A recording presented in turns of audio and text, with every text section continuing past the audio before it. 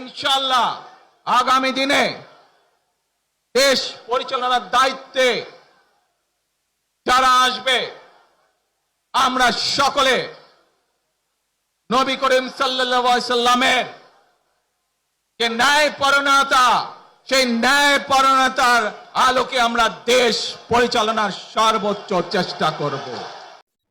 তারেক জিয়া খুবই ভালো একজন মানুষ, যাই হোক, কিন্তু কোন নেতাকর্মীর পাগলরা, এই গাঞ্জাখুররা কি বলে এগুলো শুনে যায়।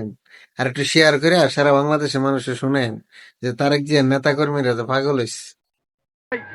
ধানের শীষের বাইরে যদি কেউ নির্বাচন করার চিন্তা করে, আমরা ঘোষণা দিয়ে যাচ্ছি, কোন কেন্দ্রে কেউ এজেন্ট দিতে পারবে না, ধানের শীষের বাইরে কোন লোক থাকবে না, এই আশাবাদ ব্যক্ত করে। যদি দাড়িপাল্লা ভোট দেন মাসিগো গড়ের তুলে বাইরে দেন হচ্ছে না, বুঝছেন নি? দাড়িপাল্লা ভোট দেয়ারি অনাম্বরকে আসি এসি করারি দাড়িপাল্লা দিবেন তো বলবেন। ধানের শিশিকে ভোট দিয়ে চাইবেন, প্রয়োজনে 5 বছর পর আমরা চেঞ্জ করিয়ে লাগেন, কোনো সমস্যা নাই। এবার আমরা একটু সুযোগ দিয়ে। আসলে বিএনপির এক সময় অনেক ভালোবাসতাম, কিন্তু বিএনপি ক্ষমতা হওয়ার আগে আসলে বিএনপির যারা কর্মকর্তা আছে, যারা বড় লেভেলের নেতা আছে, তারা আসলে এগুলো কি দেখে না যে এরকম অনিয়ম।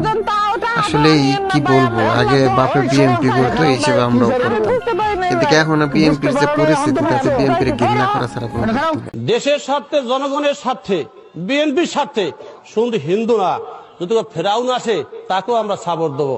দেবো কিনা বলেন? আমরা ধানের শীষে ভোট দেবো কাকে? যাকে আমাদের নেতা তারেক রহমান দেবে তাকে। আমরা ধানের শীষে ভোট দিলে আমরা জান্নাত পাবো, এটা আমরা বলতে পারি। আদর্শবান দল ধানের শীষের দল।